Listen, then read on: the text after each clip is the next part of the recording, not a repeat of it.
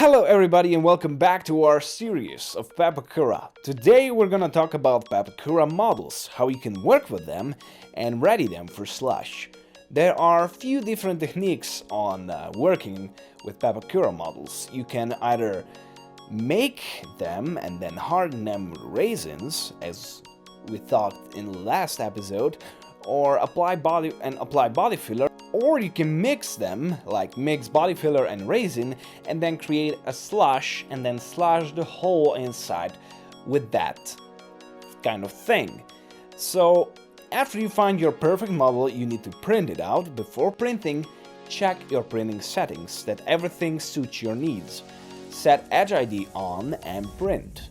I am using A4 office paper, and after printing I would suggest you to label each page with the number of that page, so you will know exactly what page is each part.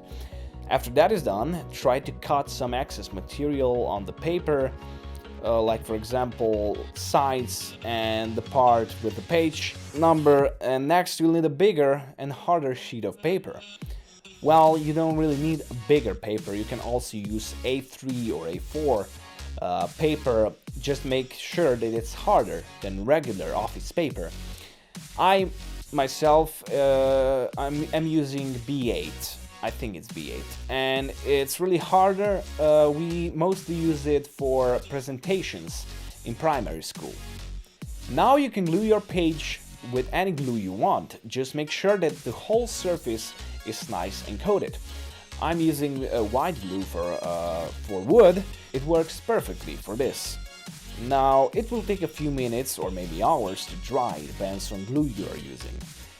After that time you can cut each page out of the sheet. Now it's time to kind of outline each line on each page with some blunt objects, so you'll bend them easily.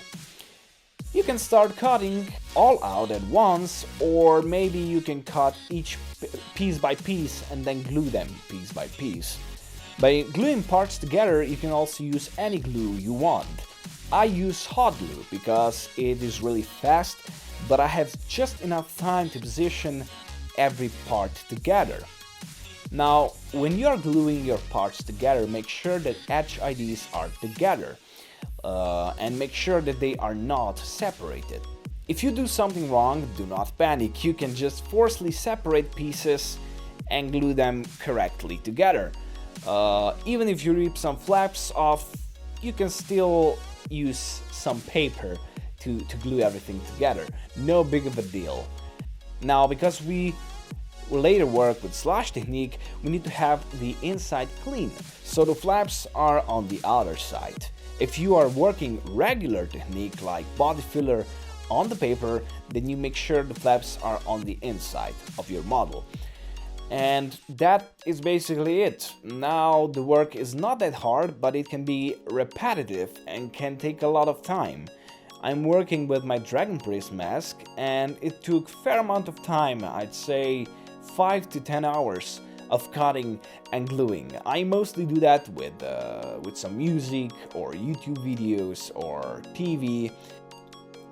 When you're finished, use some strong light and try to spot holes in your model. Because of slush, you'll need to have every hole filled with glue, unless it will drip through the holes on the floor.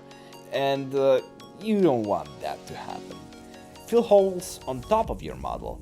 There should be some strings left too from the glue. You need to remove them, and you can do that easily with hot air gun. You can also use a hair dryer. Also, the link to the 3D model is in the description. The model was primarily by JTM, but later it was tweaked by me and then unfolded. If you want to work with that model, so the Dragon Priest model, you can check the description below.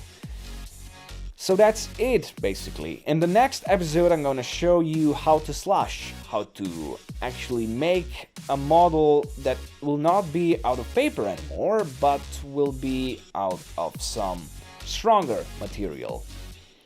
So thank you everybody so much for watching. I hope you enjoyed, and most importantly, I hope you learned something new. So, thank you for watching. I hope I'll see you in the next episodes. And don't forget to subscribe, like, and share this video. This really helped me out. Thank you. Bye bye.